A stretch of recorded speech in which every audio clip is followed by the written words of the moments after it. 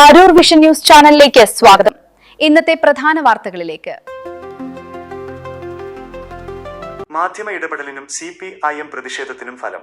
Aroor multipurpose റോഡിലെ മാലിന്യ കൂമ്പാരം നീക്കി.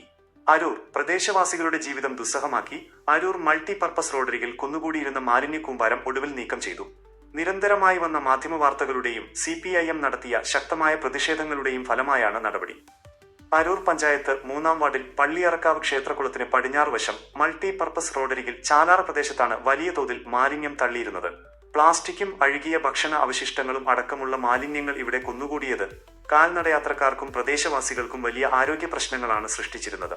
ഇതേ തുടർന്ന് മാധ്യമങ്ങൾ വിഷയം ഏറ്റെടുക്കുകയും CPIM പ്രതിഷേധവുമായി രംഗത്തെത്തുകയും ചെയ്തിരുന്നു. ഇടപെടലുകൾ ഫലം കണ്ടതോടെയാണ് റോഡരികിലെ മാലിന്യങ്ങൾ പൂർണ്ണമായും നീക്കം ചെയ്തത്.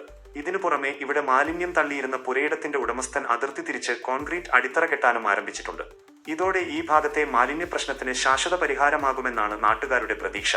നമ്പർ പ്ലേറ്റ് മറച്ചുവെച്ച ഇരുചക്ര വാഹനങ്ങളിലെത്തിയാണ് അജ്ഞാതർ ഇവിടെ സ്ഥിരമായി മാലിന്യം തള്ളിയിരുന്നതെന്ന് ദൃക്സാക്ഷികൾ പറയുന്നു.